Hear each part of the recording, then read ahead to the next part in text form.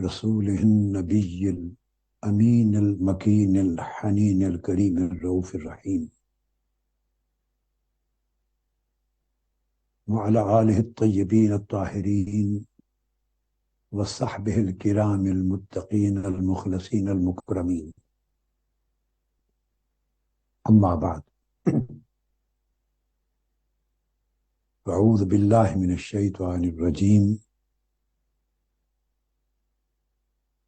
بسم الله الرحمن الرحيم.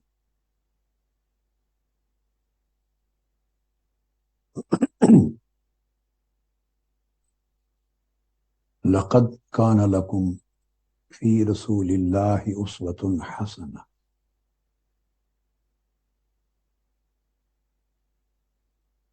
وقال تعالى: إنك لعلى خلق عظيم. صدق الله مولانا العظيم.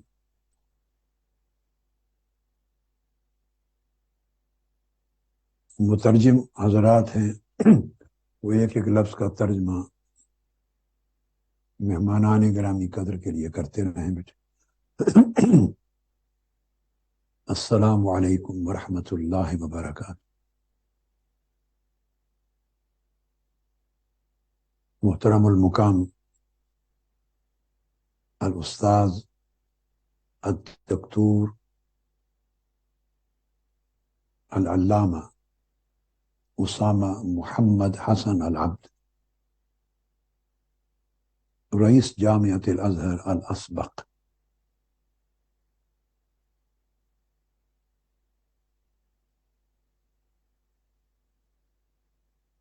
والاستاذ الدکتور العلامہ محمد نصر الدسوقی اللبان،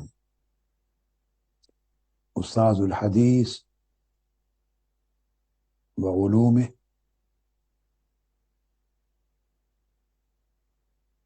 ووکیل کلیت الدراسات العلیہ بجامعۃ الازہر الشریف، والشیخ الدکتور اسامہ محمد حسن العبد هو أيضا وكيل لجنة الدينية بمجلس النواب المصري والأمين العام لرابطة الجامعات الإسلامية، وأستاذ الفقه المتفرغ بكلية الشريعة والقانون بالقاهرة، والأستاذ الدكتور الدسوقي اللبان هو أيضا عميد كلية الدراسات الإسلامية العربية، وكلاهما من علماء الكبار في عالم الإسلام.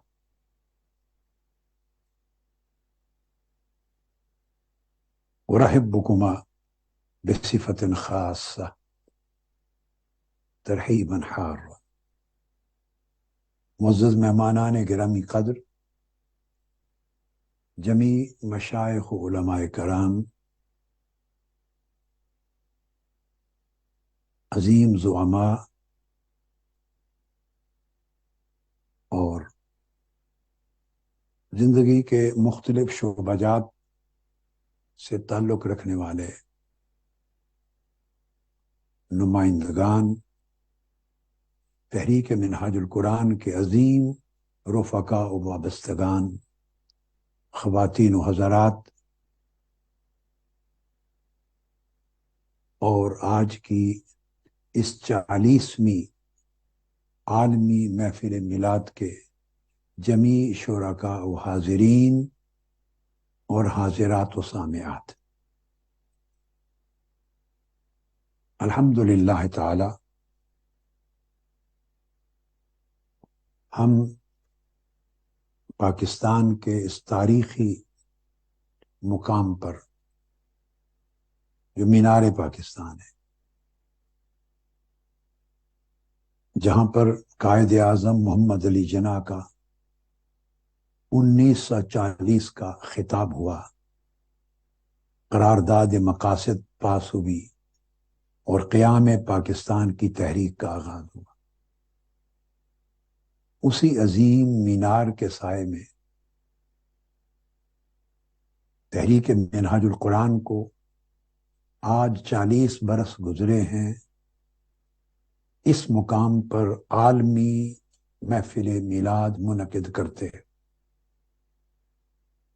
اور حضور علیہ الصلوۃ والسلام کی محبت اور متابعت کا پیغام اطراف و اکناف عالم میں نشر کرتے ہیں۔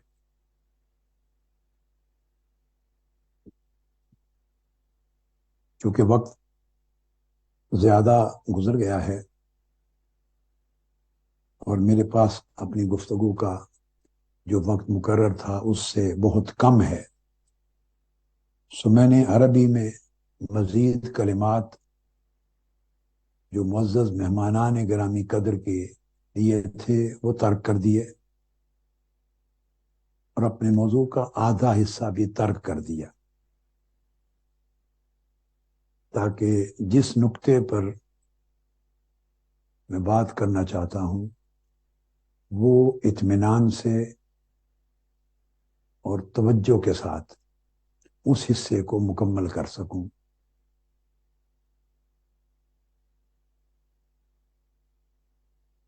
سب سے پہلے میں اختصار سے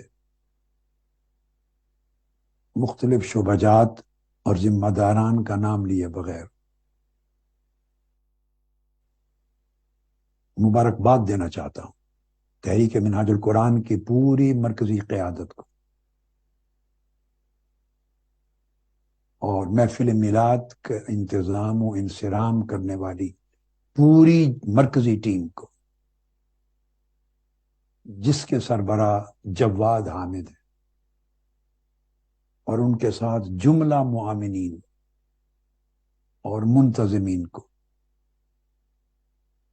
جو اس عظیم الشان عالمی کانفرنس کے اہتمام میں کسی بھی لحاظ سے حصہ دار ہوتے ہیں، شراکت دار ہوتے ہیں، اور ملک بھر سے آنے والی تنظیمات کو اور جملہ خواتین و حضرات کو، جو اطراف و اکناف سے سفر کر کے ہمیشہ یہاں آتی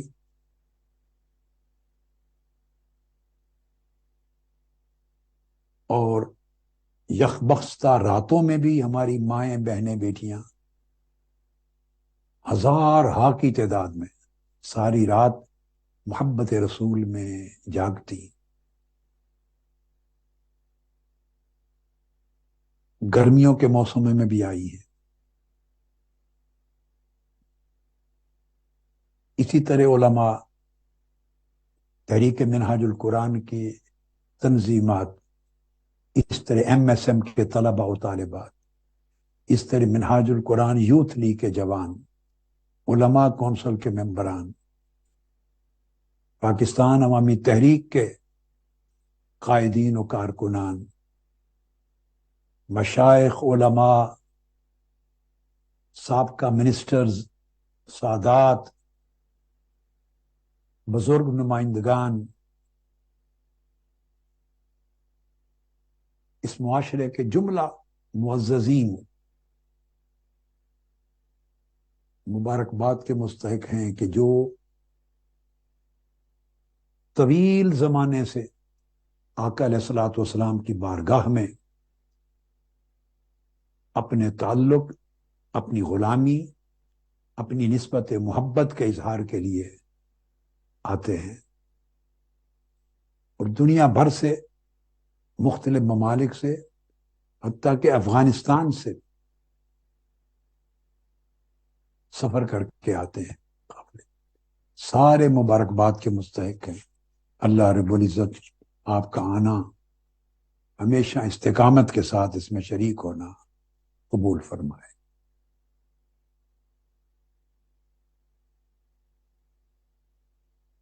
آج اس محفل کو 40 برس ہو گئے، مگر تحریک منہاج القرآن کے قیام کو لگ بھگ 44 برس ہونے کو ہیں۔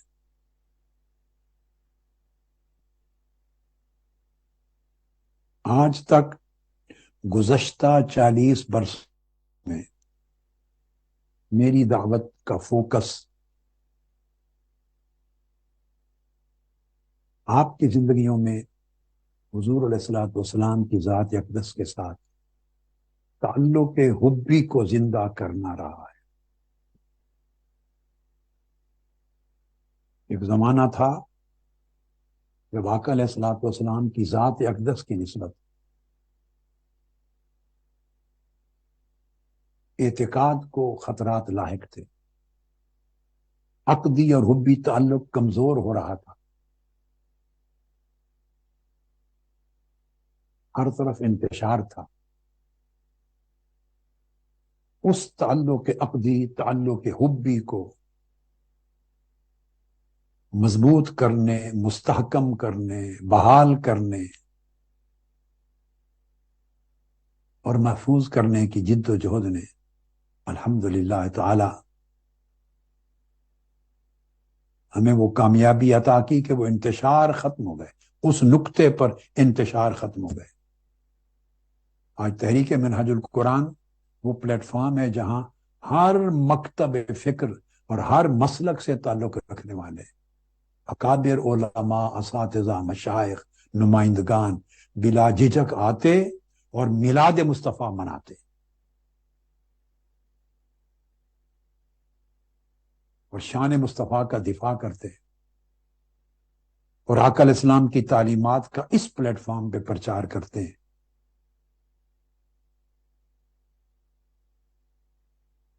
اب آج کے بعد اگلے 40 برس کے لیے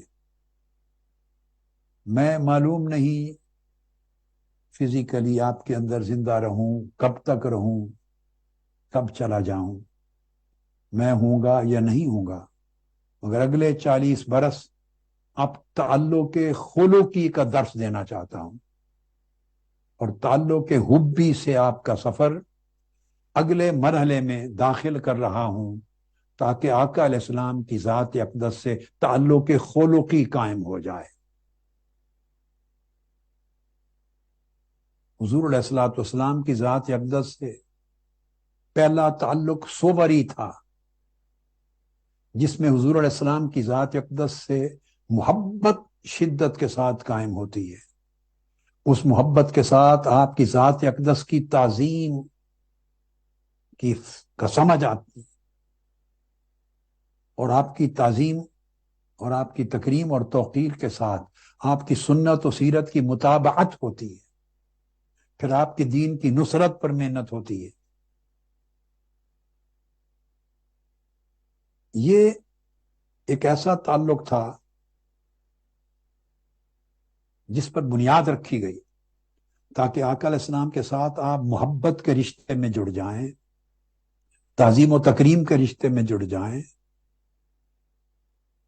متابعت کے رشتے میں جڑ جائیں اور آپ کے دین اور سنت کی نصرت کے رشتے میں جڑ جائیں۔ یہ تعلق کے صوری تھا، اس کی کچھ شکلیں تھیں۔ اب آگے آج سے آنورڈ تعلق مانوی کی طرف آپ کو لے جانا چاہتا ہوں، اور تعلق مانوی کیا ہے؟ آقا علیہ السلام کے اخلاق کے حسنہ میں فنا ہو جائیں، یہ تعلق مانوی ہے۔ یعنی اللہ رب العزت نے آپ کو جو اسوہ عطا کیا، جو آپ کو اخلاق عطا فرمائے، جو آپ کو آداب عطا فرمائے، جو آپ کو طبیعت اور مزاج عطا کی، انسانی اور بشری سطح پر جو آپ کو احوال عطا کیے، خوش خلقی، خوش مزاجی، خوش طبعی، اعلیٰ خصائل، اعلیٰ برتاؤ، اعلیٰ عادات، اعلیٰ آداب، اب آج کے بعد ان کا رنگ آپ پر چڑھ جائے اور آپ رفتہ رفتہ اخلاق محمدی میں فنا ہوتے چلے جائیں۔ وہ بد خلقیاں، بد اخلاقی جو ہمارے اندر ہمارے نفوس کی خرابیوں کی وجہ سے ہوتی، ہمارے نفوس کی، ہمارے نفسوں کی خرابیاں ہماری طبیعتوں کو خراب کرتی ہیں، بگاڑتی ہیں، ہمارے مزاج کو بگاڑتی ہیں، ہماری عادات کو بگاڑتی ہے، ہمارے زندگی کے طور طریقے کو بگاڑتی ہے، ہمارے برتاؤ کو بگاڑتی ہے۔ اب ان سب بگاڑوں کو ختم کرنے کا وقت ہے۔ اس لیے کہ جب تحریک شروع کی تھی وہ زمانہ اور تھا، اس وقت اس فکر کی ضرورت بھی تھی، اس کی جگہ بھی تھی، اس کا ماحول بھی تھا، لوگوں میں اس کی طلب بھی تھی، تڑپ بھی تھی۔ اب 40 42 43 سال کا عرصہ گزر جانے کے بعد حالات بدل گئے، نسلیں بدل گئیں، زمانے بدل گئے، ماحول بدل گیا، لوگوں کے طور طریقے بدل گئے۔ سیاسی بگاڑ نے زندگیاں برباد کر دی۔ اب سیاست میں بگاڑ ہے، سیاسی زندگی میں بگاڑ، اقتصادی اور معاشی زندگی میں بگاڑ، اتنا دباؤ معاشی زندگی کا کہ یہ دباؤ حلال اور حرام کا فرق بھی مٹا رہا ہے۔ مہنگائی، بے روزگاری اور تباہ حالی، اتنا دباؤ انسانی زندگی پر، انسان کے ذہن پر، انسان کی نفسیات پر، انسان کے حالات پر، اس کے مزاج پر ڈال رہے ہیں کہ انسان سے انسانیت ختم ہو رہی ہے۔ طبیعتوں کے اندر سے حلم، بردباری، برداشت ختم ہو چکی ہے۔ رشتوں کا لحاظ اور حیا ختم ہو گیا ہے۔ حلال اور حرام کی تمیز مٹ گئی ہے۔ حقوق و واجبات کا نظام درم برم ہو گیا ہے۔ فرد کے حقوق اور جماعت کے حقوق، اس میں خلل واقع ہو گیا ہے۔ ربانیت اور انسانیت میں توازن نہیں رہا۔ فکر اور وجدان میں کوئی تعلق نہیں رہا۔ دنیا اور آخرت کے الگ الگ تقاضے ایک دوسرے سے متصادم ہو گئے ہیں، ٹکرا گئے ہیں۔ دنیا اور آخرت کے تقاضے، فرد کے انفرادیت کے اور اجتماعیت کے تقاضے آپس میں ٹکرا گئے ہیں۔ عقل نور وحی قبول کرنے کو تیار نہیں ہے، اس لیے کہ عقل پر بڑے فتنوں کا دباؤ ہے۔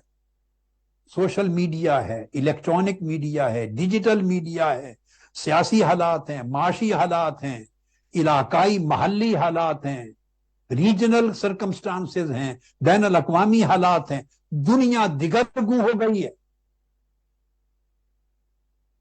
عقل دین کی آواز سننے کو تیار نہیں۔ انسان اپنے نفس کا حق ادا کرے، مخلوق کا حق ادا کرے، یا رب کا حق ادا کرے، یہ سمجھ خلل کا شکار ہو گئی، کہو بالا ہو گیا ہے۔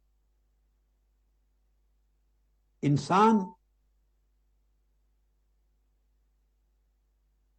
دین کی بات، توکل کی بات، قناعت کی بات، اخلاق کی بات، احسان کی بات، دوسرے سے بھلائی کی بات، سچائی کی بات، پاکیزگی کی بات، طہارت کی بات، خوش خلقی کی بات سننے کو تیار نہیں ہے۔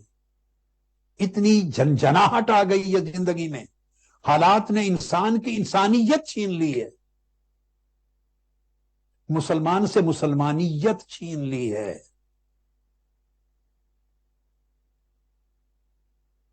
ہر شخص فیل کرتا ہے کہ وہ حالت جنگ میں ہے۔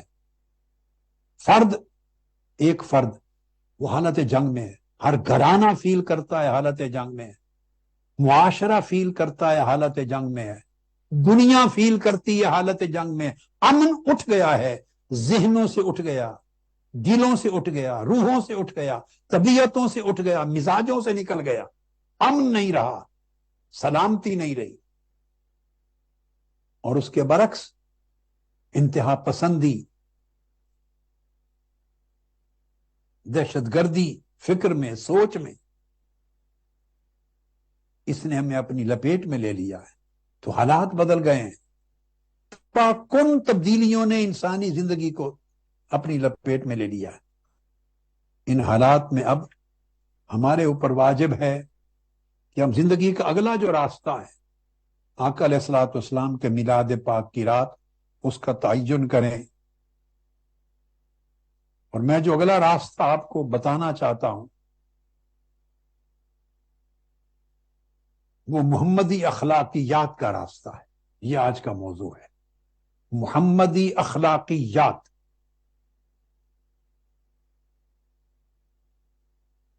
یہ راستہ ہے آگے کا۔ اگلے 40 برس کے لیے جو منہاج دے رہا ہوں، اہداف تو ہی رہیں گے، مگر یہ اہداف 4 ستونوں پر قائم ہوں گے۔ اس کا جو منہاج ہے، اس کا جو طریق ہے، 4 ستونوں پر۔ یہ عمل تجدید،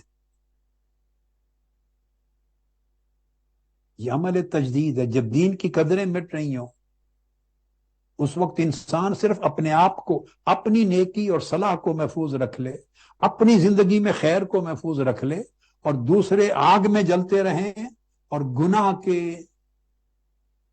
سیلاب میں تباہ ہوتے رہیں، غرق ہوتے رہیں، تو ایسا شخص کامل مسلمان نہیں ہوتا، اللہ کے حضور جواب دہ ہوگا۔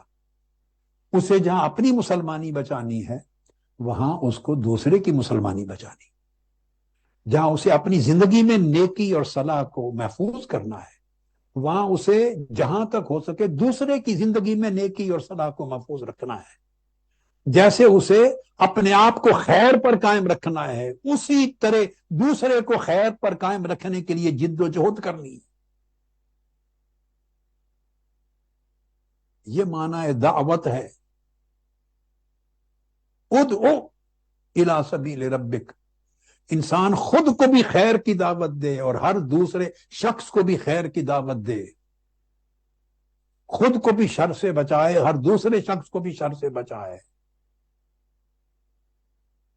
اس وقت، اس زمانے میں آپ میں سے ہر ایک شخص کو داعی اور ہر بہن بیٹی کو داعیہ بننا ہے۔ دعوت صرف ایک جماعت اور ایک طبقے پر منحصر نہیں ہوگی، ہر شخص داعی ہے۔ اس فریضے کو زندہ کرنا ہے، فریضہ دعوت کو زندہ کرنا ہے۔ ہر شخص داعی ہے۔ ادعو الی سبیل ربک، نہ یہ حکم صرف پیغمبر کے لیے ہے، نہ صرف صحابہ کے لیے، نہ صرف اہل بیت کے لیے، نہ صرف سلف صالحین کے لیے، نہ اولیاء کاملین کے لیے، نہ صرف علماء و عاملین، محدثین، فقہاء، صوفیاء کے لیے، طبقات کے لیے نہیں ہے، یہ ہر فرد انسانی کے لیے ہے، جس نے کلمہ پڑھ لیا ہے، جس نے اللہ کی توحید کا اقرار کر لیا ہے، جس نے آقا علیہ السلام کی رسالت پر ایمان قبول کر لیا ہے، جس نے خود کو سپرد اسلام کر لیا ہے۔ اس ہر ایک شخص پر ایک خاص دائرے تک دعوت فرض ہو گئی ہے، جہاں تک اس کا انفلوئنس ہے، جہاں تک وہ آواز پہنچا سکتا ہے۔ اور یہ عمل تجدید ہے جس کو ہم نے، ہر فرد نے اس کا حصہ بن کے اس کو جاری کرنا ہے، اور اس کا منہاج 4 طریقوں پر ہوگا۔ الدعوت بالقرآن، الدعوت بالقرآن۔ دوسرا التربیہ بالخلق۔ تیسرا الترسیخ بالعلم۔ اور چوتھا الاصلاح بالحدیث والسنہ۔ دعوت قرآن کے ذریعے دیں۔ لوگوں اپنی زندگیوں کو، اپنے علم کو، مطالعہ کو، ہر روز کو قرآن سے جوڑ لیں، قرآن کے علم اور فہم کو زندگیوں میں پیدا کریں، تربیت کریں اخلاق کے ساتھ، خوش خلقی کے ساتھ، دھیمے پن کے ساتھ، نرمی کے ساتھ، اخلاق محمدی کے ساتھ، خواہ اولاد کی تربیت ہے، خواہ طلباء ہیں، خواہ بھائی بہن ہیں، خواہ سوسائٹی کے لوگ ہیں، خواہ آپ کے سامعین ہیں۔ رسوخ پیدا کریں اپنے فکر اور دعوت میں علم کے ساتھ، ترسیخ علم کے ساتھ، اور اصلاح پیدا کریں اپنی زندگیوں میں اور معاشرے میں حدیث اور سنت کے ساتھ۔ یہ عمل تجدید کا منہاج ہے۔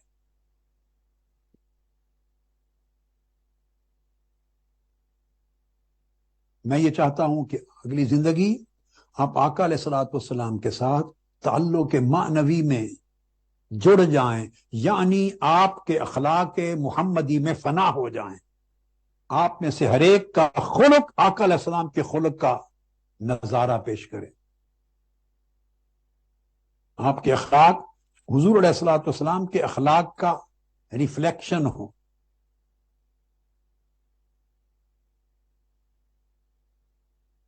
ایک حدیث یہاں بیان کرتا ہوں مضمون کو آگے بڑھانے کے لیے.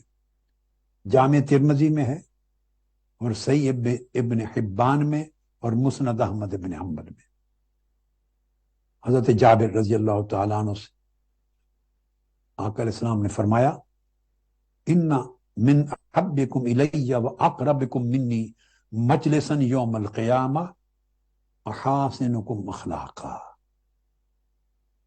فرمایا قیامت کے دن وہ شخص جو مجھے سب سے زیادہ محبوب ہوگا اور جو شخص میری مجلس میں سب سے زیادہ قریب بیٹھے گا، جسے میری مجلس میں سب سے زیادہ قربت نصیب ہوگی اور میری محبت نصیب ہوگی، وہ لوگ ہوں گے جو اپنے اخلاق میں سب سے حسین ہوں گے، جن کے اخلاق سب سے جمیل خوبصورت ہوں گے.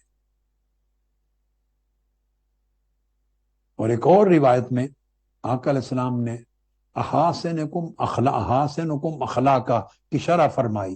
فرمایا الموطؤون اکنافهم الذین یألفون ویؤلفون.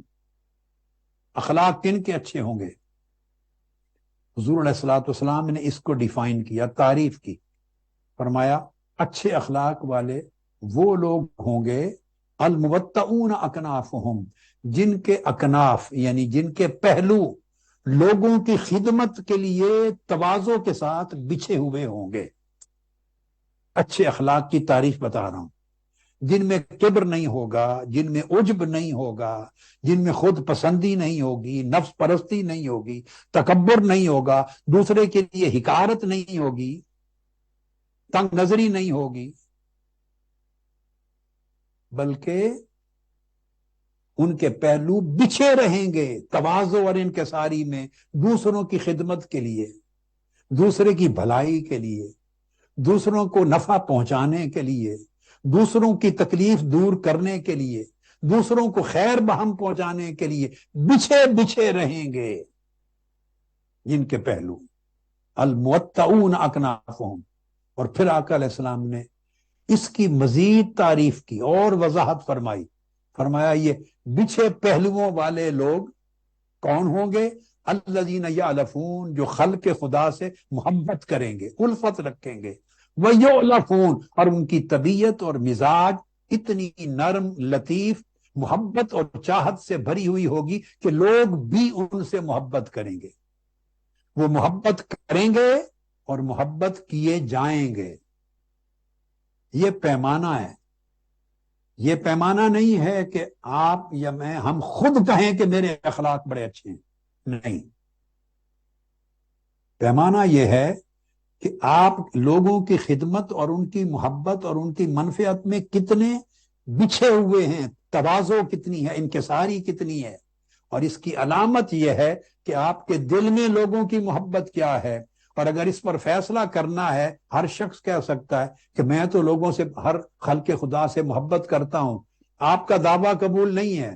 فرمایا وَيُؤْلَفُونَ، دعویٰ نہیں قبول ہوگا، عمل قبول ہوگا. پہچان یہ ہے کہ کیا لوگ بھی آپ سے الفت کرتے ہیں؟ کیا لوگ کہتے ہیں کہ یہ متواضع ہے؟ لوگ کہتے ہیں کہ یہ خوش خلق ہے؟ لوگ کہتے ہیں کہ یہ طبیعت میں مہربان ہے؟ کیا لوگ کہتے ہیں کہ یہ طبیعت میں بہت نفع بخش ہے؟ لوگ اگر آپ سے الفت کریں تو یہ آپ کے ان سے الفت کرنے کی علامت. اس لیے آقا علیہ الصلوۃ والسلام کا میں ایک حدیث پاک آپ کو سناتا ہوں، آپ اندازہ کریں کہ کیا کردار سازی اور اخلاق سازی. لقد کان لکم فی رسول اللہ اسوۃ حسنہ، اس اسوہ حسنہ کا پیکر مجموعہ کیا ہے؟ کردار سازی کس طرح کرنا چاہتے ہیں؟ تعلیمات محمدی کے ستون کیا ہیں؟ فرمایا افشوا السلام واطعموا الطعام وصلوا الارحام وصلوا باللیل والناس نیام. فرمایا بذل السلام، لین الکلام، اطعام الطعام، صلۃ الارحام والصلاۃ باللیل والناس نیام. یعنی پہچان یہ ہے کہ آپ کے وجود سے ہر طرف سلامتی پھیلے، آپ کے وجود سے لوگوں کو امن ملے، آپ کے وجود سے، آپ کے کلام سے، آپ کی بات چیت سے، آپ کی زندگی سے لوگوں کو امن، سکون اور راحت پہنچے۔ بذل السلام، آپ نے دیکھنا ہے کہ کس کس کو کتنی راحت پہنچتی ہے مجھ سے۔ سلام امن کا نام ہے، سلامتی، راحت، لوگوں کو راحت پہنچانا، لوگ فیل کریں کہ مجھے اس شخص کے پاس سے، اس شخص کی زندگی سے، اس کی گفتگو سے، اس کی مجلس سے، اس کی ذات سے مجھے راحت ملتی ہے، مجھے سکون ملتا ہے، مجھے خیر ملتی ہے، اور وہ پھر کھچا کھچا آپ کی طرف آئے۔ یہ ہے بذل السلام کا خلاصہ۔ پھر لین الکلام، گفتگو کریں جس سے تو اس میں ملائمت ہو، نرمی ہو، شفقت ہو، پیار ہو، سختی نہ ہو۔ اطعام الطعام، پھر لوگوں کو کھانا کھلائیں، خرچ کریں ان کی ضروریات پر۔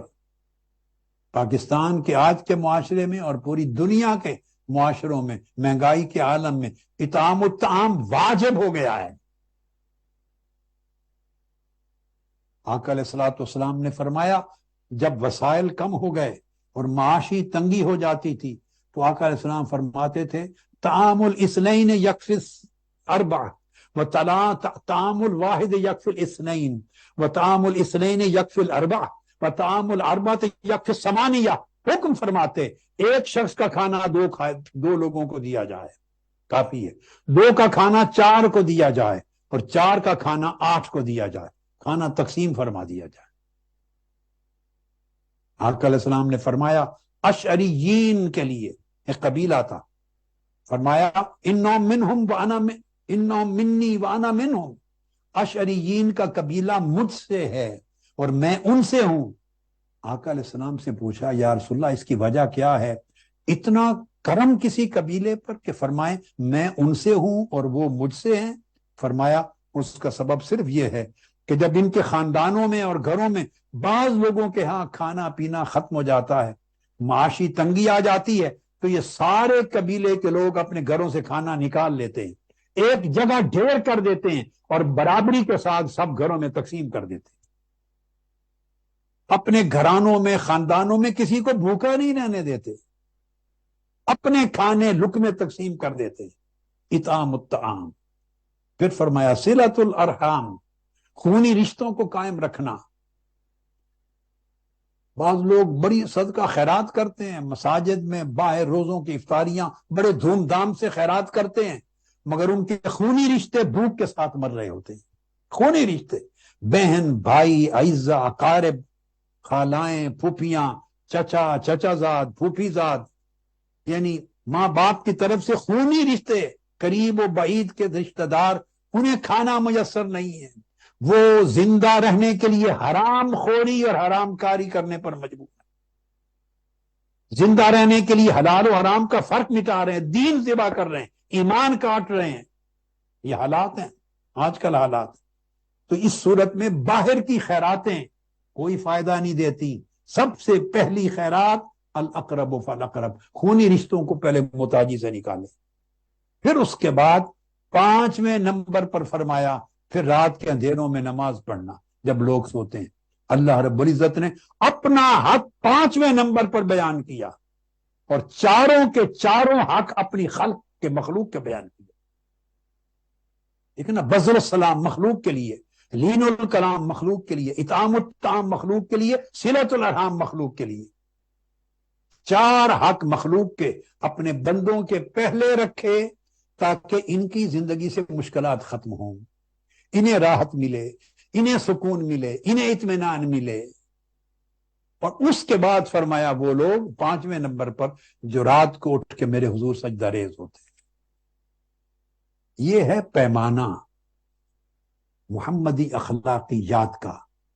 اگر محمد اخلاقیات آپ کی زندگی میں آ جائیں اور آپ رنگے جائیں حضور کے اخلاق کے رنگ میں، رنگے جائیں آقا علیہ السلام کے اخلاق کے رنگ میں، تو تب ہے کہ آپ نے تعلق کے معنوی حاصل کر لیا۔ آپ آقا علیہ السلام کے ساتھ قلباً معناً روحاً جڑ گئے۔ یہ استظہار ہے، وہ پہلا استظہار ہے صورت کا کہ ہر وقت آقا علیہ السلام کی صورت آپ کے سامنے رہے، یعنی آپ کی محبت سامنے رہے، آپ کی مطابعت سامنے رہے، آپ کے احکام سامنے رہیں، اوامر نواہی سامنے رہیں، کتاب و سنت سامنے رہے، اس پر عمل کرتے رہیں۔ اور دوسری شکل یہ ہے کہ آپ کے اخلاق آپ کی زندگی میں چھا جائیں، آقا علیہ السلام کے اخلاق کا رنگ چڑھ جائے آپ کے اخلاق پر، آپ کی طبیعتیں لامحالہ بدل جائیں، اپنی طبیعت سے نکل جائیں، طبیعت محمدی اختیار کریں، اپنے مزاجوں کو ترک کریں، اپنے مزاجوں کی سختیاں ترک کریں، طبیعتوں کی تنگیاں ترک کریں، طبیعتوں کی نفرتیں ختم کریں، طبیعتوں کے بغض اور عناد ختم کریں، ایک دوسرے کی عداوتیں ختم کریں۔ یہ بشری نفسی شیطان کی طبیعتیں ہیں جو نفرت پیدا کرتی ہیں، انتہا پسندی پیدا کرتی ہیں، ایک دوسرے سے دور لے جاتی ہیں، دوسرے کا خیال نہیں رکھتی۔ انسان انا میں رہتا ہے، انانیت سے نکلیں اور عالمیت میں داخل ہو جائیں، نکلیں انانیت سے، میں اس سے نکلیں، عالمیت میں داخل ہو جائیں۔ تو جو آدمی اپنے آپ کو نہیں دیکھتا اور خلق خدا کو دیکھتا ہے، خدا ہر وقت اس کو دیکھتا ہے۔ یاد رکھ لیں، جو آدمی اپنے آپ کو نہیں دیکھتا اور خلق خدا کو دیکھتا ہے، خدا ہر وقت اس کے دل کو دیکھتا ہے، اور ایک دن میں 70 مرتبہ اس شخص کے دل کو جھانکتا ہے اللہ پاک، جو اپنے آپ کو نہیں بلکہ خلق خدا کو دیکھتا ہے اللہ کی رضا کے لیے۔ اب دیکھیے، تو جس اخلاق محمدی میں فنا ہونا ہے، جس کی تعلیم دے رہا ہوں، جس پر اگلے 40 سال عمل تجدید کی بنیاد رکھ رہا ہوں، پر آپ میں سے ہر ایک شخص کو، میرا بھائی ہے یا بہن ہے، بیٹا ہے یا بیٹی ہے، ہر پر اس کو عمل تجدید کا حصہ بنانا چاہتا ہوں، حصہ بنانا چاہتا ہوں۔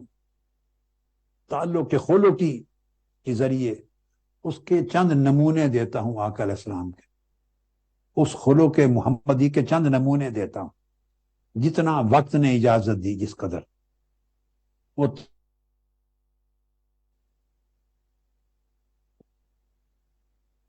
آقا علیہ الصلوۃ والسلام فرمایا۔ پہلی وہی اتری، صحیح بخاری میں ہے، ام المومنین عائشہ صدیقہ رضی اللہ تعالیٰ عنہ روایت کرتی ہیں۔ تو اس موقع پر میں مختصر کر کے کہہ رہا ہوں، اختصار کے ساتھ، اس موقع پر حضرت ام المومنین خدیجہ الکبریٰ رضی اللہ تعالیٰ عنہ نے آقا علیہ السلام کی سیرت طیبہ اور آپ کے اخلاق حسنہ کی ایک جھلک بیان کی، بریف سمری دی، خلاصہ کہ اخلاق محمدی کیا ہے، سیرت محمدی کیا ہے۔ یہ پہلا سٹیٹمنٹ ہے آقا علیہ السلام کے پروفیٹک مورلز کا، آپ کے نبوی اخلاق کا، آپ کی سیرت طیبہ پر پہلا سٹیٹمنٹ ہے ریکارڈ میں۔ اور وہ سٹیٹمنٹ کون دے رہی ہیں؟ آپ کی زوجہ محترمہ، جو اعلان نبوت سے بھی پہلے 15 سال آپ کی میت میں گزار چکی ہیں، 15 سال بطور زوجہ مطہرہ آپ کے شب و روز کو دیکھ چکی ہے، لیل و نہار کو دیکھ چکی ہے، خلوت و جلوت کو دیکھ چکی ہے، قریب سے مطالعہ کر چکی ہے۔ اور وہ سٹیٹمنٹ پبلک کو نہیں دے رہی، یہ بات توجہ طلب ہے، پبلک کو نہیں دے رہی کہ چلو خاتون پبلک کو بتاتے ہوئے اپنے شوہر کی عزت رکھتی ہے، شوہر کو عزت نہیں، گھر کے اندر خلوت میں بات ہو رہی ہے، گھر کے اندر، تیسرا کوئی شخص سننے والا نہیں ہے، وہ آقا علیہ السلام سے مخاطب ہے،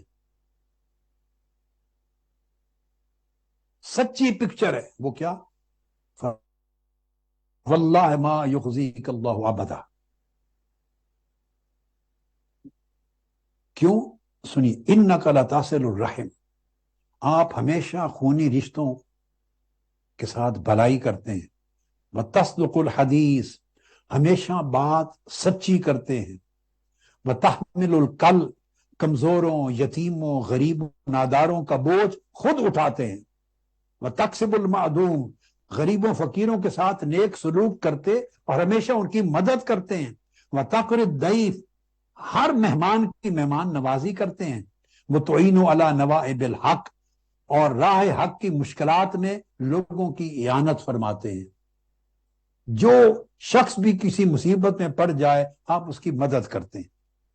یہ آقا علیہ الصلوۃ والسلام نے کی سیرت طیبہ کا نقشہ کھینچا ہے آپ کی زوجہ مطہرہ نے 15 سال کے زوجیت میں رہنے کے بعد مشاہدہ کا خلاصہ دیا ہے۔ اب میں ایک دوسرا سٹیٹمنٹ دیتا ہوں، ان اخلاقیات کو دیکھنا ہے اندر جھانک کر کہ کیا یہ رنگ ہمارے اندر ہیں؟ اگر نہیں ہے تو پھر کس کا رنگ ہم نے اپنا لیا ہے؟ اگر محمدی رنگ نہیں ہے تو کون سا رنگ اپنائے پھرتے ہیں؟ کون سی محبت ہے؟ کون سی مطابعت ہے؟ کون سا تعلق ہے؟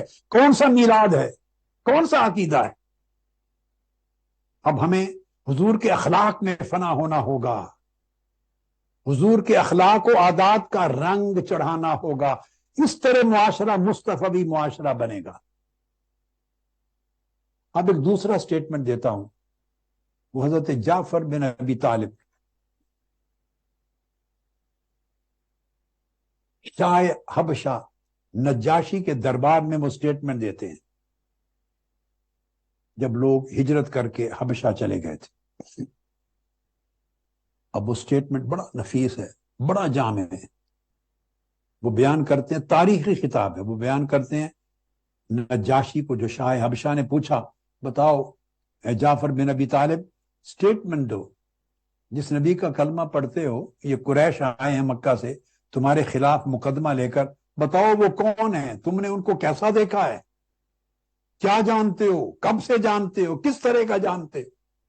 وہ جواب دیتے، ایھا الملک کننا قوما اہل جاہلیت نعبد الاسنام ونأکل المیتہ ونأتی الفواحش ونقطع الارحام ونسیء الجوار ویأکل القوی منا الضعیف وکننا علی ذلک حتی بعث اللہ الینا رسولا۔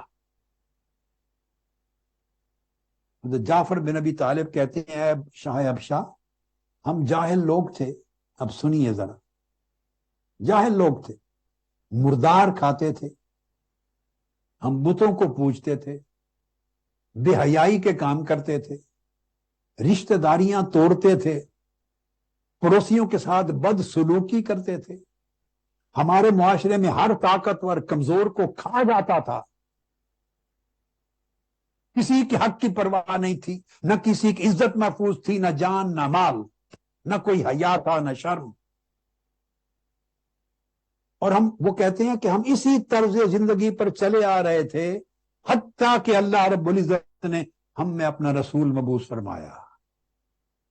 ہم جس کے حسب و نسب کو بھی جانتے تھے، ان کی صدق و امانت کو جانتے تھے، ان کی عفت و عصمت کو جانتے تھے۔ اب شاہ حبشہ پوچھتا ہے نجاش، یہ جو حدیث آپ کو پورا سنا رہا ہوں سٹیٹمنٹ، یہ مسند امام احمد بن حنبل سے، اور ام سلمہ ابنت ابی امیہ بن المغیرہ روایت کر رہی ہیں۔ تو وہ پوچھتا ہے کہ انہوں نے آ کے تمہیں کیا مذہب دیا، کیا تعلیم دی، کیا سکھایا، پوچھتے ہیں۔ تو وہ کہتے ہیں کہ وہ آئے، وہ امرنا بصدق الحدیث واداء الامانہ وصلۃ الرحم وحسن الجوار والکف عن المحارم والدماء ونہانا عن الفواحش وقول الزور واکل مال الیتیم وقذف المحصنہ۔ یہ بیان کر کے 11ویں نمبر پہ کہتے ہیں وَأَمَرَنَا أَن نَعْبُدَ اللَّهَ وَحْدَهُ لَا نُشْرِكُ بِهِ شَيْئًا۔ اب آپ دیکھیں کہ صحابہ کرام کی انڈرسٹینڈنگ کیا تھی۔ وہ چاہتے تو یہاں سے سٹیٹمنٹ شروع کرتے کہ وہ آئے، انہوں نے ہمیں کہا کہ بتوں کی پوجا چھوڑ دو اور ایک اللہ وحدہ لا شریک کی عبادت کرو، وہ اپنا قول یہاں سے بھی شروع کر سکتے تھے۔ مگر میں بتا یہ رہا ہوں کہ کس کس چیز پر آقا علیہ السلام نے فوکس کیا، کتنا فوکس کیا، ترجیح کیا بیان کی، ترتیب کیا بیان کی۔ یہ ترتیب سمجھے بغیر نہ آپ کو دین محمدی کی سمجھ آ سکتی ہے اور نہ اخلاق کے محمدی اتر سکتے ہیں زندگی میں۔ ہمارا زور سارا ظاہر احکام پر ہے، وہ کہتے ہیں کہ حضور علیہ السلام آئے تو انہوں نے ہمیں پہلا حکم دیا کہ سچی بات کرنی ہے، ہمیں جھوٹ نہیں بولنا، ہر ایک کی امانت ادا کرنی ہے، خونی رشتوں کے ساتھ بھلائی کرنی ہے، پڑوسیوں کے ساتھ اچھا سلوک کرنا ہے، حرام اور ناجائز ظلم کے کاموں سے بچنا ہے، قتل و غارت اور خون خرابے سے بچنا ہے، ہر ایک کی جان کا تحفظ کرنا ہے، بے حیائی برائی کے کاموں سے بچنا ہے، جھوٹ بولنے سے بچنا ہے، یتیم کا مال کھانے سے بچنا ہے، پاک دامن عورتوں پر تہمت لگانے سے بچنا ہے۔ 10 چیزیں بیان کر کے یہ معاملات کی ہیں، یہ حقوق انسانی کی ہیں، یہ اخلاقیات کی ہیں، بیان کر کے تو 11ویں مقام پر فرمایا، ساتھ انہوں نے ہمیں حکم دیا کہ ایک اللہ کی عبادت کرنی اور کسی کو شریک نہیں ٹھہرانا۔ وَأَمَرَنَا بِالصَّلَاةِ وَالزَّكَاةِ وَالصِّيَامِ۔ آپ اندازہ کر لیں، یہ ترتیب ہے، یہ ترتیب ہے۔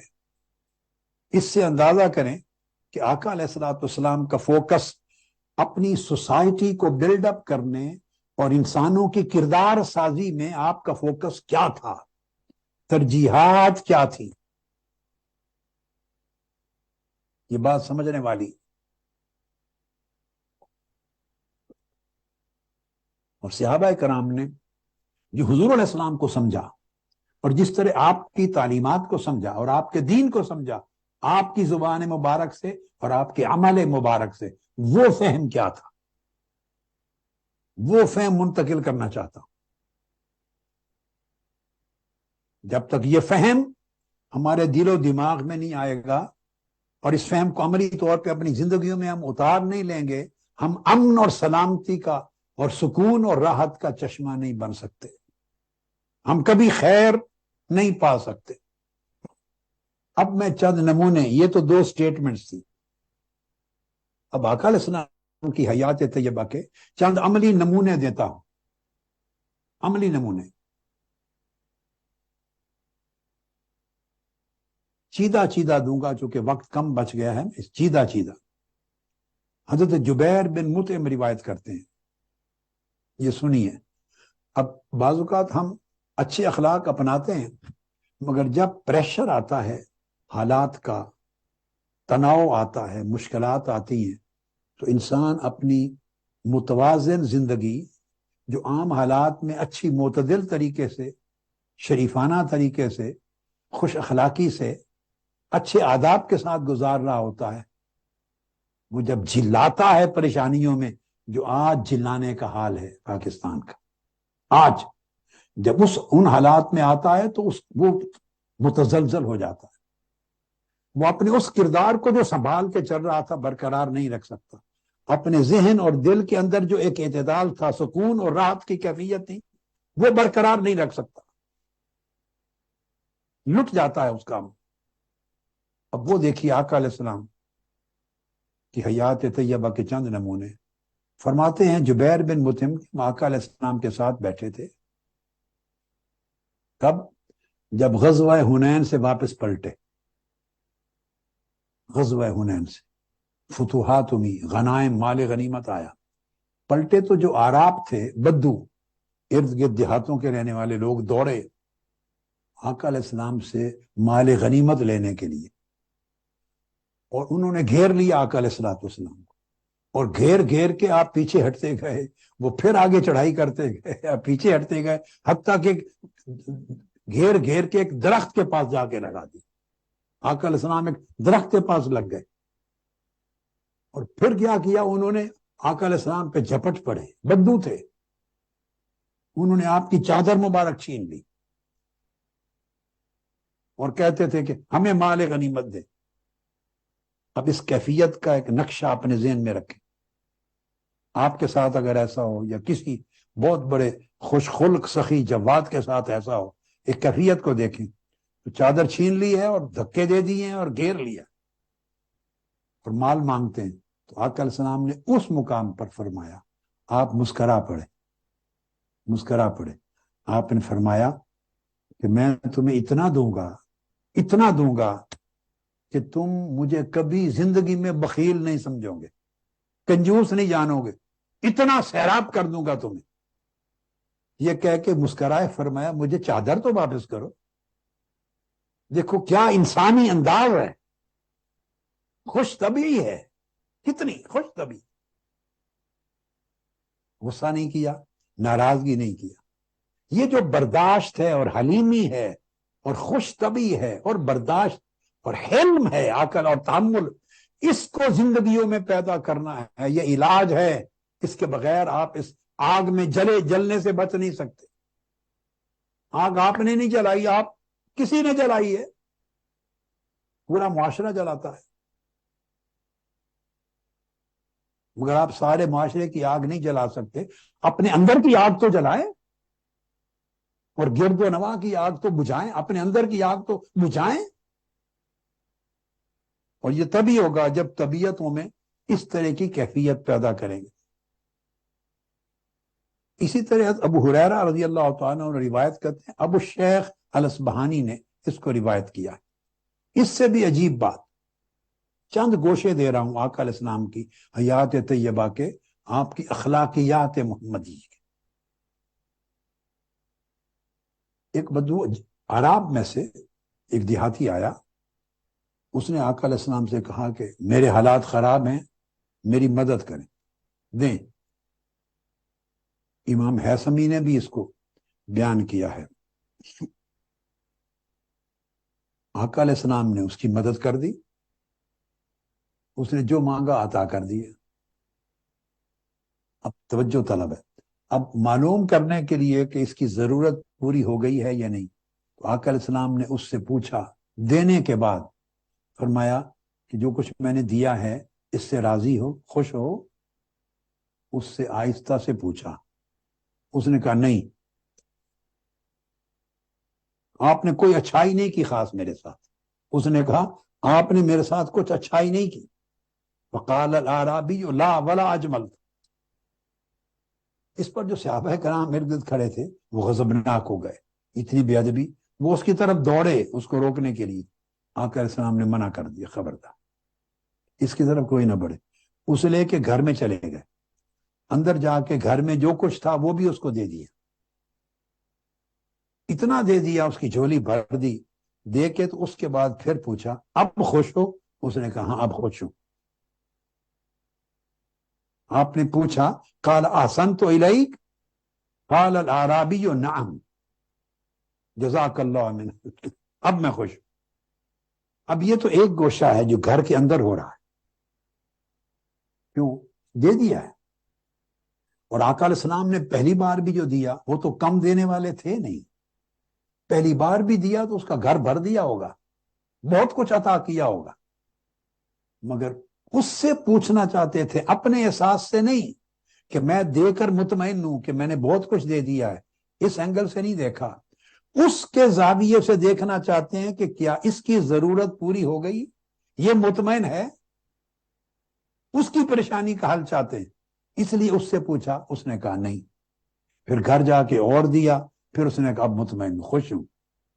اب اگلی بات سنیں، اس سے عجیب تر، یہ بات ہو چکی تو آقا علیہ السلام نے گھر کے اندر اس سے فرمایا میں نے تو تمہیں دے دیا، اب تم خوش ہو گئے، مگر جو بات تم نے پہلے کہی تھی باہر، وہ جو صحابہ نے باقی لوگوں نے سنی، ان کے دل میں آپ کے بارے میں ملال آ گیا، وہ اب اچھی رائے نہیں رکھتے۔ میں چاہتا ہوں ان کی رائے بھی آپ کے بارے میں اچھی ہو جائے اور ان کا ملال بھی دور ہو جائے۔ یہی بات جو گھر میں مجھے کہہ رہے ہو کہ اب میں راضی ہوں، یہ جا کے باہر بھی انہیں کہہ دو تاکہ ان کے دلوں کا بوجھ بھی ختم ہو جائے اور آپ کے بارے میں بری رائے بھی نہ رہے، آپ کی عزت بھی برقرار ہو جائے۔ یہ دیکھیے، اس کو سخاوت نفس کہتے ہیں۔ ایک ہے سخاوت مال، ایک ہے سخاوت نفس۔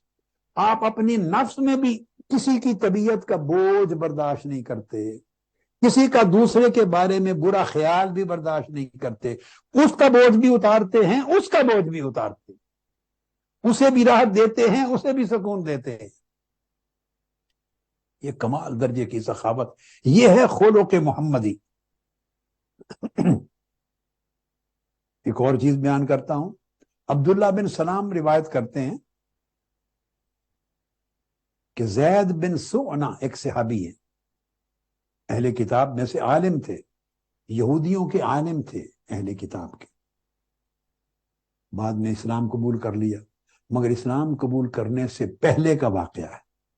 زید بن سعنا بیان کرتے ہیں، اور اس کو روایت کیا عبداللہ بن سلام نے۔ وہ کہتے ہیں کہ میں نے حضور علیہ السلام کو دیکھا، اور سچے پیغمبر کی جتنی علامات تھی ساری میں نے آپ کے چہرے میں دیکھ لی، آپ کی ذات میں دیکھ لی، اللہ کا سچا نبی ہونے کی ساری علامتیں دیکھ لی۔ ایک علامت رہتی تھی، حدیث میں 2 کا ذکر آیا ہے، میں اختصار کی وجہ سے ایک کر کے بتا رہا ہوں۔ حدیث پاک میں دونوں آپس میں جڑی ہوئی ہیں، ایک ہی چیز کے 2 رخ۔ تو یہ علامت دیکھنی رہتی تھی، وہ یہ کہ اللہ کا جو سچا نبی ہے، اگر کوئی شخص اس کے ساتھ سختی سے پیش آئے، بےہودگی کے ساتھ پیش آئے، تو اس لمحے دیکھنا ہے کہ اس کے برتاؤ میں حلیمی، دھیما پن برقرار اور بردباری برقرار رہتی ہے یا نہیں۔ اور اگر دوسرے شخص کی سختی، بےہودگی بڑھتی چلی جائے، یہ دوسری بات، جو 2 باتیں بڑھتی چلی جائے، تو ان کی بردباری بڑھتی چلی جاتی ہے کہ رک جاتی ہے۔ اس ایک چیز، یہ علامت رہتی تھی۔ ہم نے کتابوں میں پڑھا تھا کہ آنے والا آخری نبی محمد مصطفیٰ صلی اللہ علیہ وسلم، ان کی حلیمی اور بردباری کا عالم یہ ہوگا کہ لوگ سختی اور بےہودگی کی بات کریں گے تو تب بھی وہ ان کے ساتھ حلیم اور بردبار ہوں گے، اور اگر کوئی اکھڑ شخص اپنی بےہودگی بڑھاتا چلا جائے گا تو یہ ان کی بےہودگی کے بڑھتے ہوئے اپنی حلیمی اور بردباری کو روک نہیں لیں گے، یہ بردباری بڑھاتے چلے جائیں گے، حتیٰ کہ ان کی بردباری اس کی بےہودگی پر غالب آ جائے۔ ہم نے یہ پڑھا تھا، تو میں ایک اس علامت کو دیکھنا چاہتا تھا کہ اس شخص میں یہ علامت ہے کہ نہیں۔ تو اس نے کیا کیا، اس علامت کو دیکھنے کے لیے وہ انتظار میں رہا۔ اس نے کہا کہ ایک شخص میرے سامنے آیا حضور علیہ السلام کی بارگاہ میں، اب وہ اپنی سٹوری سنا رہا ہے، وہ صحابی اپنی سٹوری سنا رہے ہیں۔ کون سنا رہے ہیں؟ زید بن سعنا۔ وہ کہتے ہیں ابھی اسلام قبول نہیں کیا۔ ایک شخص آیا، اس نے کہا کہ یا رسول اللہ، میں نے اپنے گاؤں میں اپنے قبیلے کے لوگوں کو کہا کہ آپ اگر اسلام قبول کر لیں تو حضور علیہ السلام تمہارے گھر بھر دیں گے مال و دولت سے۔ ایسے کئی بادشاہ آج بھی ہوتے ہیں، تم اسلام قبول کر لو تو جب تمہیں غربت اور فاقہ آئے گا حضور علیہ السلام اتنا دیں گے کہ تمہیں فاقہ نہیں رہے گا، بھر دیں گے۔ میں نے وعدہ کر لیا۔ اب ادھر بڑی سخت قحط گیا ہے، بھوک آ گئی ہے، افلاس ہے، تو مجھے ڈر ہے کہ وہ اسلام چھوڑ کے نہ واپس چلے جائیں، تو آپ مجھے مال دولت دیں، کھانا پینا دیں، تاکہ میں قبیلے کو جا کے بانٹوں، ورنہ کوئی اسلام چھوڑ کے واپس نہ مڑ جائے۔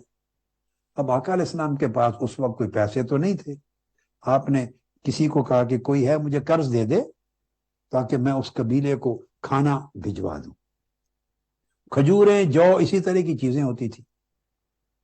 تو یہ زید بن سونا کہتے ہیں کہ میں نے اس وقت 80 دینار بطور قرض خرچ کیے، تو کھانا، کھجوریں، جو خرید کے آقا علیہ السلام نے اس قبیلے کو بھیج دی۔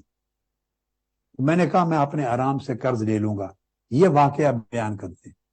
اب وہ اس کے بعد وہ ٹیسٹ کر رہے ہیں جو بات میں نے پہلے کی کہ اس پیغمبر میں بردباری کا وہ کمال ہے یا نہیں۔ کہتے 2-3 دن گزرے تھے، اصولاً تو مہینہ، 2 مہینے، 3 مہینے، 4 مہینے کے بعد قرض مانگنا بنتا ہے نا، ایک عرصے کے بعد، مگر 2-3 دن گزرے تھے۔ میں نے چونکہ ٹیسٹ کرنا تھا، آقا علیہ الصلوۃ والسلام جنت البقیع میں تشریف لے گئے کسی جنازہ پر، ساتھ حضرت ابو بکر، حضرت عمر اور صحابہ بھی ساتھ۔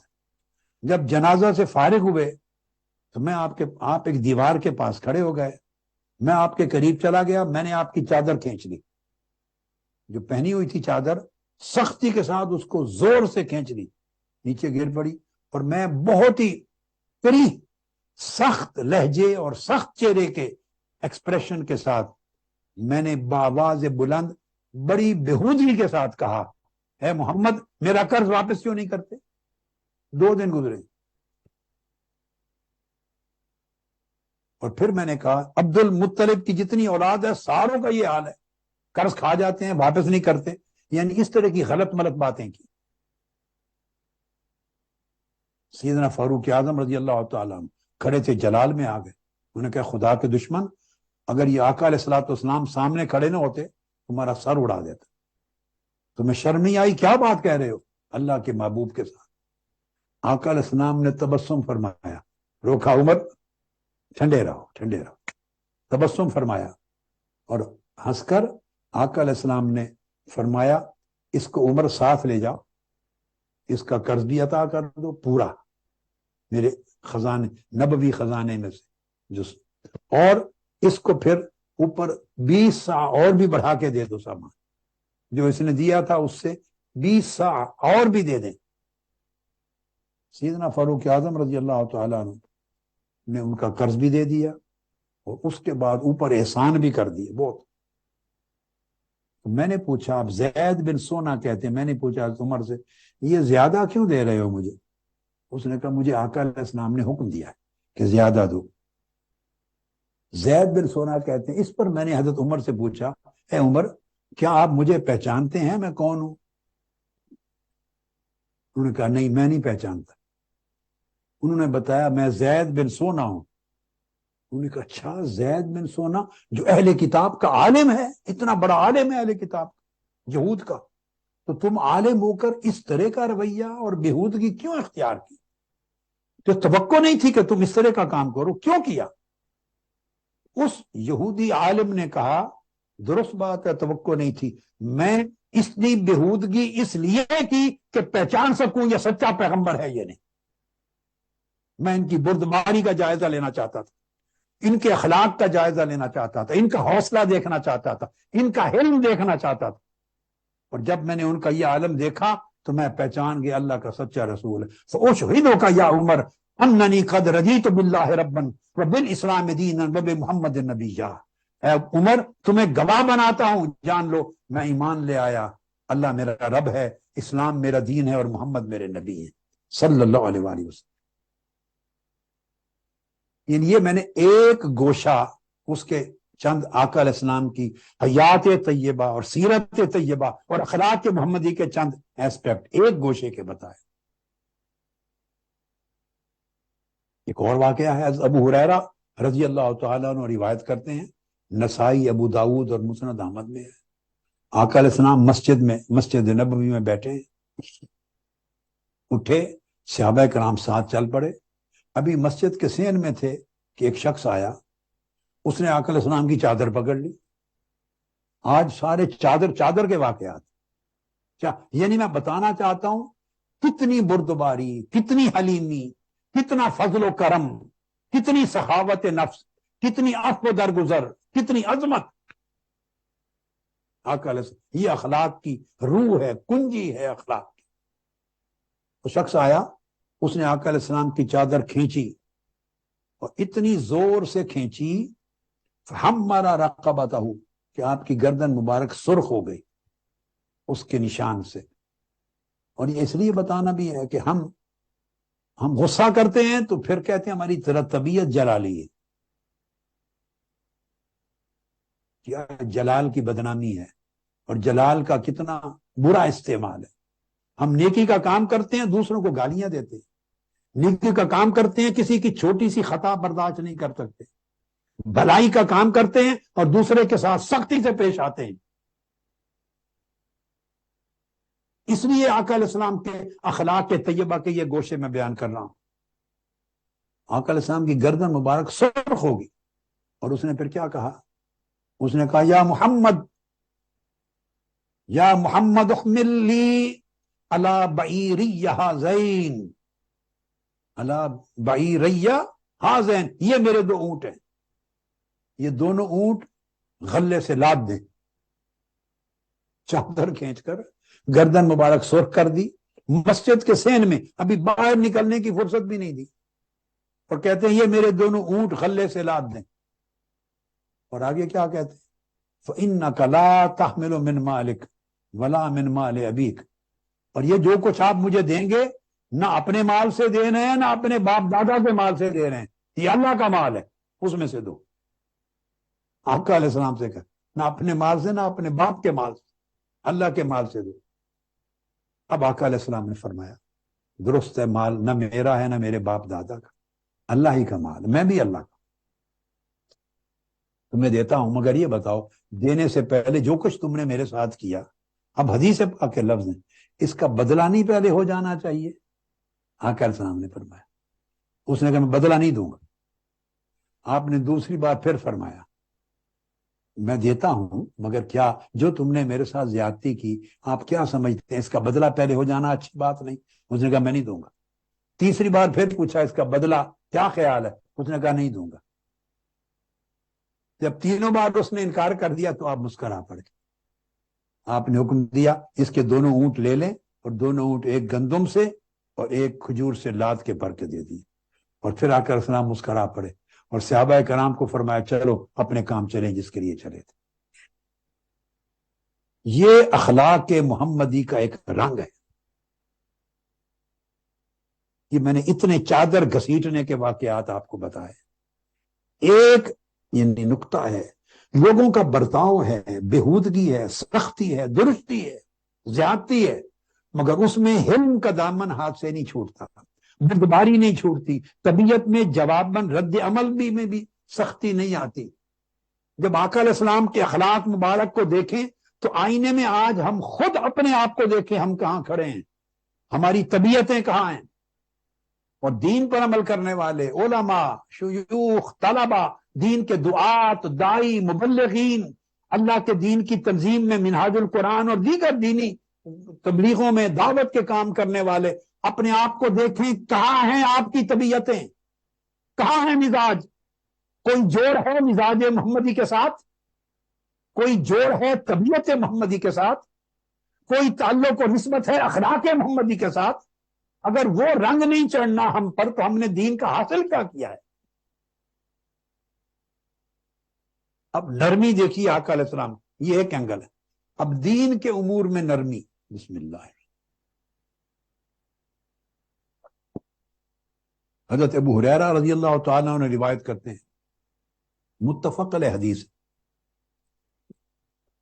صحابہ کرام بیٹھے ہیں، ایک شخص آیا آپ کی بارگاہ میں، اس نے کہا ہلاک تو یا رسول اللہ، یا رسول اللہ میں ہلاک ہو گیا۔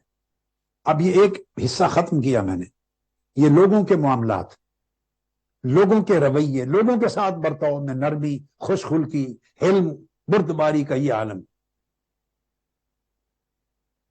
انہوں نے کہا وہ 6:20 پہ، 4:20 پہ ختم کرنے کا، اب مجھے 15 سے بھی پہلے بتا دیں۔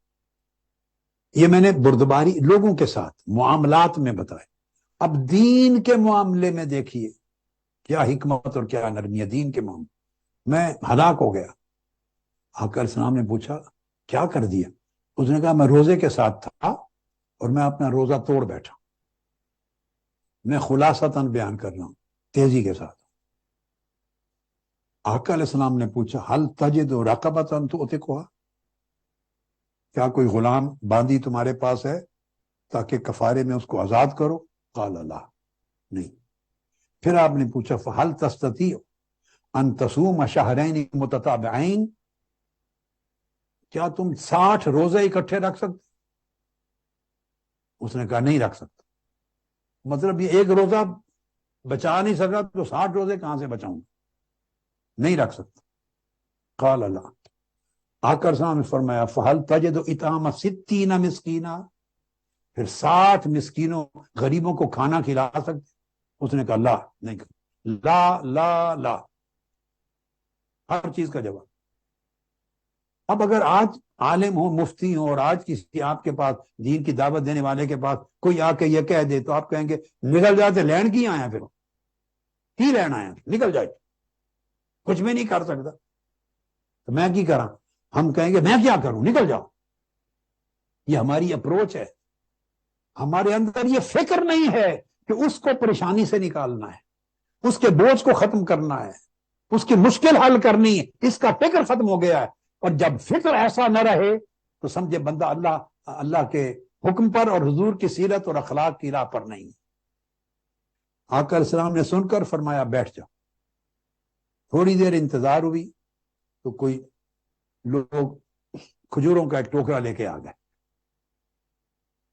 جب کھجوروں کا ٹوکرا لے کے آ گئے آقا علیہ السلام نے دیکھا تو آواز دی، یعنی ایک تھیلا لے کے آ گئے، تھیلا کھجوروں کا بھرا ہوا۔ تو آقا علیہ السلام نے فرمایا این السائل، وہ کہاں ہے؟ اس نے کہا حضور میں ہوں۔ فرمایا خذ ھذا فتصدق بہ، یہ لے جاؤ اور غریبوں مسکینوں میں تقسیم کر دو۔ اب آگے سنیے، یہ ہے کلائمیکس۔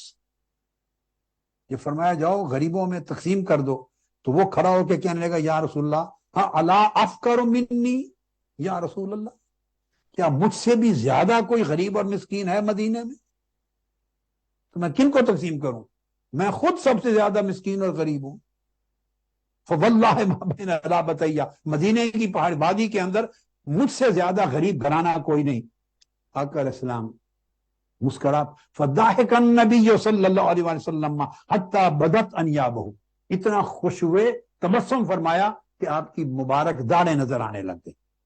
اس میں فرمایا ثم قال اطعمہ اہلک، جاؤ خود کھاؤ اور بیوی بچوں کو کھلاؤ، تمہارا کفارہ ادا ہو۔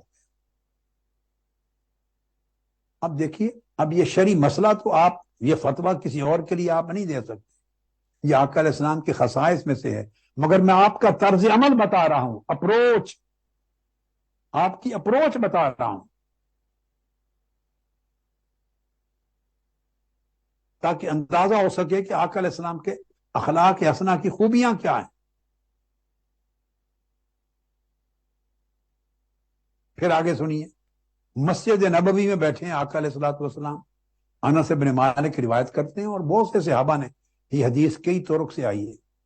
ایک شخص دیہات سے آیا ہے اور اس نے آ کے کوئی بات چیت کی، فارغ ہوا تو کھڑے ہو کر مسجد نبوی کے صحن میں پیشاب کر دی۔ صحابہ کرام دوڑے اس کی طرف روکنے کے لیے، تو آقا علیہ السلام نے منع کیا، نہیں، خبردار کوئی نہ اٹھے، کہیں اس غریب کا پیشاب رک نہ جائے اور اس کو تکلیف نہ ہو جائے، اس کو کر لینے دو اور بعد میں پانی بہا دینا۔ یہ حدیث جو میں نے آپ کو بتائی، یہ تو متفق علیہ بخاری مسلم میں کئی طرق سے یہ روایت آئی ہے، مگر ایک بڑی ایمان افروز یہی واقعے کی ایک روایت بتانا چاہتا ہوں۔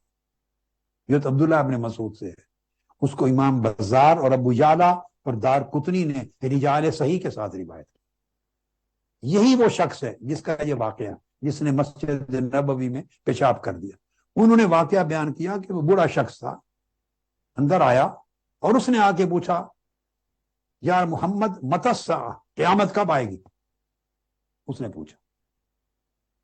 آقا علیہ السلام نے فرمایا قال ما اعددت لها، تم نے قیامت کے لیے تیاری کیا کی ہے؟ اس نے جواب دیا ما اعددت لها من کبیر صلاۃ ولا صیام الا انی احب اللہ ورسولہ، میں بہت زیادہ نمازیں روزے تو جمع نہیں کر سکا قیامت کے لیے، یہ تیاری تو اتنی نہیں، مگر اللہ اور رسول سے محبت کرتا ہوں۔ آقا علیہ السلام نے فرمایا فانت مع من احببت، جس سے محبت ہے قیامت کے دن اسی کے ساتھ کھڑے کیے جاؤ گے۔ یہ بات کر کے وہ بوڑھا شخص واپس مڑا تو ابھی مسجد نبوی کے سین میں تھا، وہاں کھڑے ہو کر فبال فی المسجد، وصب الشیخ فبال فی المسجد، اس نے پیشاب کی۔ پھر صحابہ کرام دوڑے، اگلا واقعہ وہ ہے، مگر اس پہ آقا علیہ السلام کا ایک جواب ہے، بڑا ایمان افروز جملہ بتانا چاہتا ہوں۔ آقا علیہ السلام نے ان کو روک دیا، خبردار اسے ڈسٹرب نہ کرو، بعد میں پانی بہا دینا، اور ساتھ کا فَعَسَىٰ أَن يَكُونَ مِنْ أَهْلِ الْجَنَّةِ، دیکھ لو یہ اہل جنت میں سے ہے۔ اب آپ اندازہ کریں، دو عمل اس کے دیکھے گئے، ایک وہ مسجد میں کھڑے ہو کے قیامت کا پوچھتا ہے اور کہتا ہے کہ عمل تو اتنا نہیں ہے میرے پاس مگر اللہ رسول کی محبت ہے، وہ محبت کی بات کرتا ہے ایک۔ دوسرا عمل سب کے سامنے مسجد نبوی میں آداب معلوم نہیں، پیشاب کر دیتا ہے۔ دونوں چیزیں سامنے ہیں، اب چاہیں تو فوکس پیشاب کرنے کے فعل پر کر لیں، اور چاہیں تو اس نے جو کہا تھا عمل تو اتنا نہیں مگر حضور کی محبت ہے، فوکس اس بات پر کر لیں۔ یہ آپ کی اپروچ ہے، یہ آپ کی طبیعت ہے، یہ آپ کا مزاج ہے کہ آپ دوسرے کے بارے میں رائے قائم کرنے کے لیے کس چیز پر فوکس کرتے ہیں۔ دونوں چیزیں آپ کے سامنے، اس کا مسجد میں یہ کام کر دینا بھی سامنے اور حضور کی محبت کا ذکر کرنا بھی سامنے۔ تو دیکھیے اگر طبیعت بدل گئی اور اخلاق محمدی اس میں آ گیا، اور طبیعت میں وسعت آ گئی، حلیمی آ گئی، بردباری آ گئی، رحمت آ گئی، شفقت آ گئی، طبیعت میں نرمی آ گئی، تو پھر آپ اس کا پیشاب کرنے کا عمل نہیں دیکھیں گے، آپ اس کا اچھا قول دیکھیں گے اور فتویٰ لگائیں گے اچھے قول پر۔ اور اگر طبیعت میں خشکی ہے جیسے ہم لوگ ہیں، اور تنگی ہے اور سختی ہے، تو اس کی پہلی بات گئی، اس کو دفن کر دیں گے، ساری زندگی اس کا پیشاب ہی دیکھتے رہیں گے کہ مسجد نبوی میں حضور کے سامنے یہ کر دیا تھا۔ یعنی ہم معاف کرنے والے نہیں رہے۔ جب ہم لوگوں کو معاف کرنے والے نہیں رہے تو اللہ ہمیں معاف کیسے کر دے گا، کس طرح کر دے گا، یہ توقع کیسے کرتے ہیں۔ آقا علیہ السلام کا ایک اور عمل دیکھیے، اب خونی رشتوں کے ساتھ ہم کتنے ہیں رشتوں کو نبھانے والے، کتنے ہم میں سے ہیں جو اپنے والدین کے حقوق ادا کرتے ہیں، والدین کو خوش کرتے ہیں، بہن بھائیوں کے حقوق ادا کرتے ہیں، خونی رشتوں کے حقوق ادا کرتے ہیں، قریب و بعید کے۔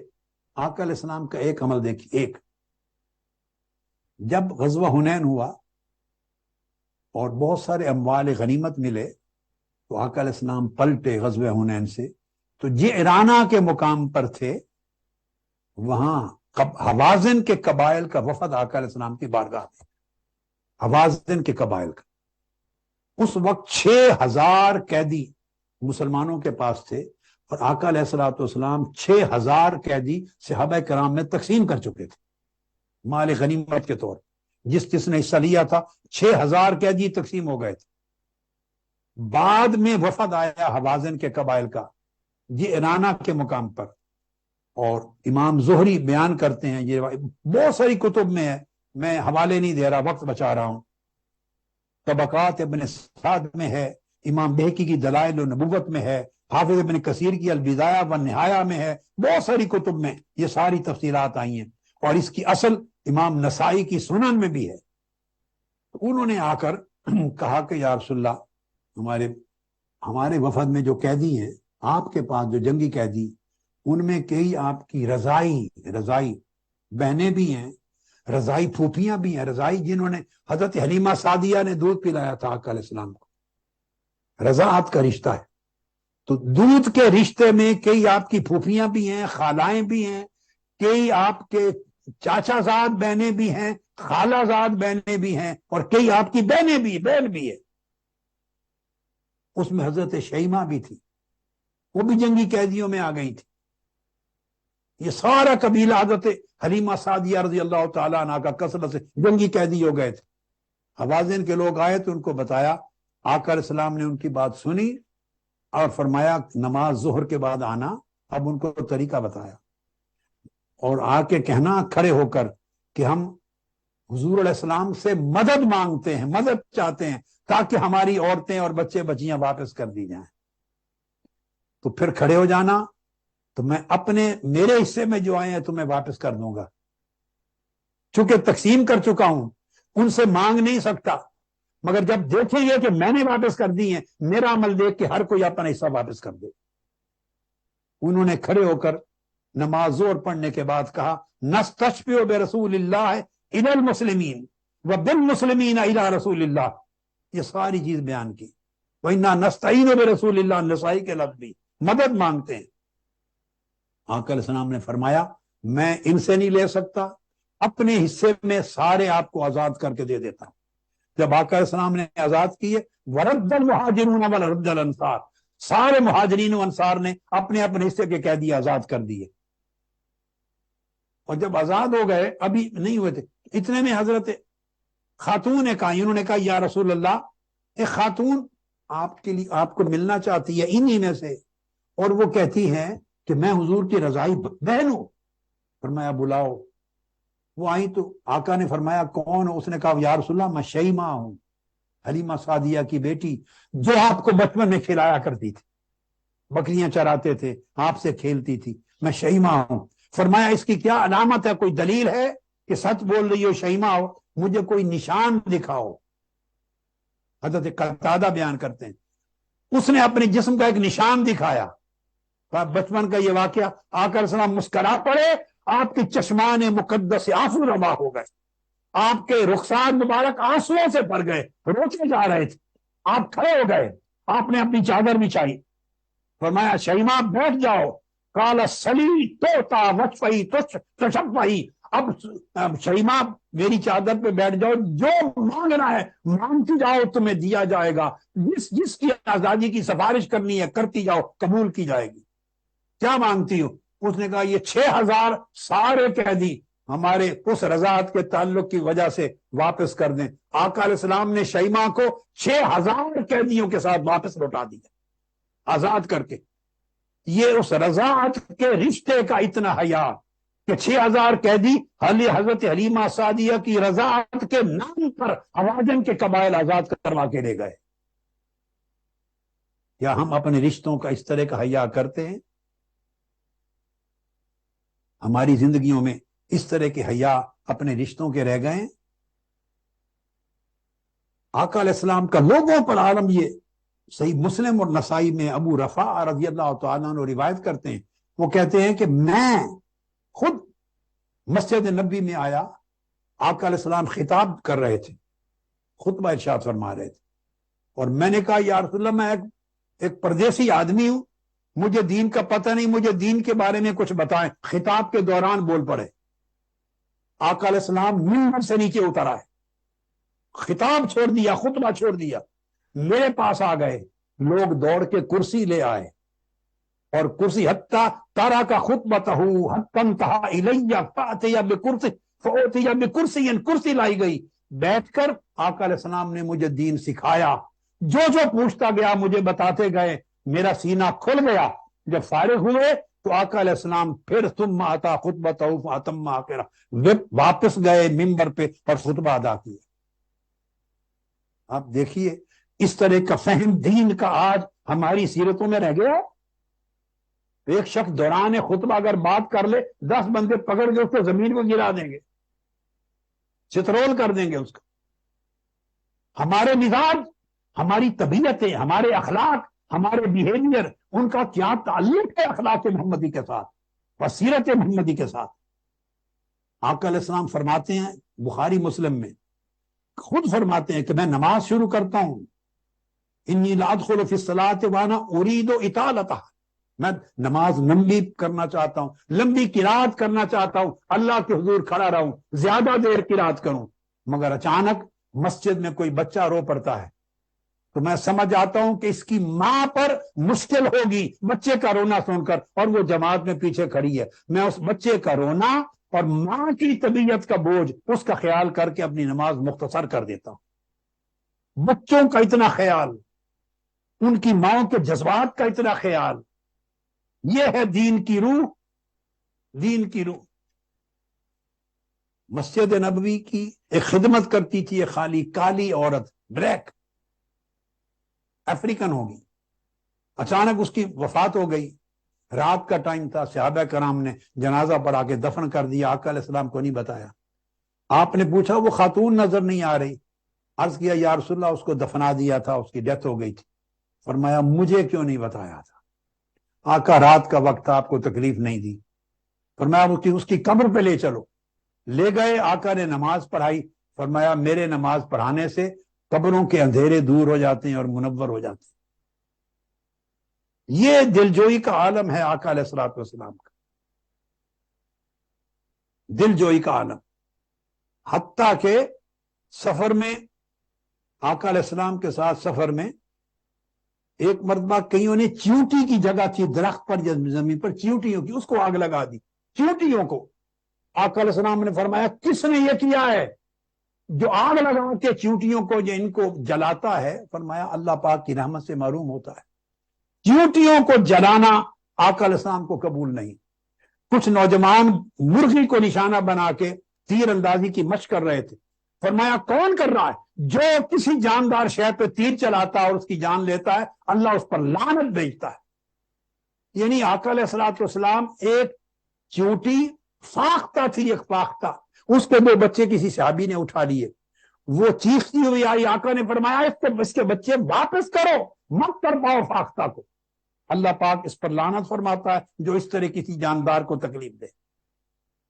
تو آقا علیہ السلام کی سیرت تو یہ ہے کہ چیوٹی کو آگ لگانا گوارا نہیں، فاختہ کے بچے جدا ہو جائیں گوارا نہیں، مرغی کو نشانہ لگے گوارا نہیں، اور ہم اپنے ملک کے پرامن شہریوں اور مسیحی برادری کے لوگوں کے چرچ جلا دیں۔ پاکستان میں جڑامالہ کا جو واقعہ ہوا، ہم ان کے گھروں کو آگ لگا دیں، لاشیں جلا دیں، لوگوں کو قتل کر دیں، یہ کہاں کی انسانیت ہے اور کہاں کی اسلامیت ہے؟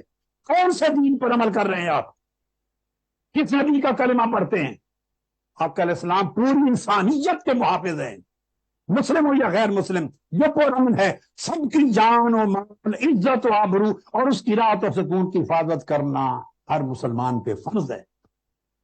اگر ہم اپنی طبیعت میں یہ مزاج اور یہ خوبیاں پیدا کریں گے تو اس کا مطلب ہے کہ ہم آقا علیہ الصلوۃ والسلام کی سیرت طیبہ پر حامل ہیں اور آقا علیہ السلام کے اخلاق میں رنگے جا رہے ہیں۔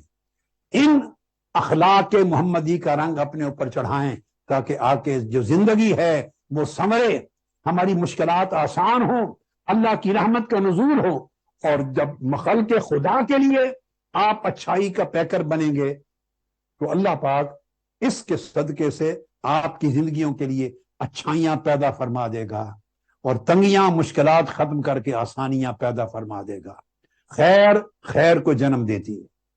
اللہ پاک ہماری زندگی کا ہر پہلو خیر پر قائم کر دے، ہمیں آقا علیہ السلام کی سیرت طیبہ میں فنا کر دے اور محمدی اخلاقیات کا رنگ ہم پر چڑھا دے۔ ہمارا جینا مرنا، ہمارا کلام، ہماری گفتگو، ہماری طبیعت، ہمارا مزاج، ہمارا برتاؤ، ہر چیز اس پر آقا علیہ السلام کے اخلاق کا رنگ آ جائے۔ اگر یہ آئے تو آپ نے تحریک منہاج القرآن سے وابستگی کا حق ادا کر دیا، آپ نے میلاد مصطفیٰ منانے کا حق ادا کر دیا، اپنے آقا علیہ السلام کے ساتھ صبری اور معنوی دونوں نسبت اور دونوں تعلقوں کا حق ادا کر دیا، اور یہ آپ کے لیے دنیا میں بھی خیر کا باعث ہوگا اور آخرت میں بھی خیر کا باعث ہوگا۔ میرا یہ پیغام لے جائیں، اس پر عمل کریں۔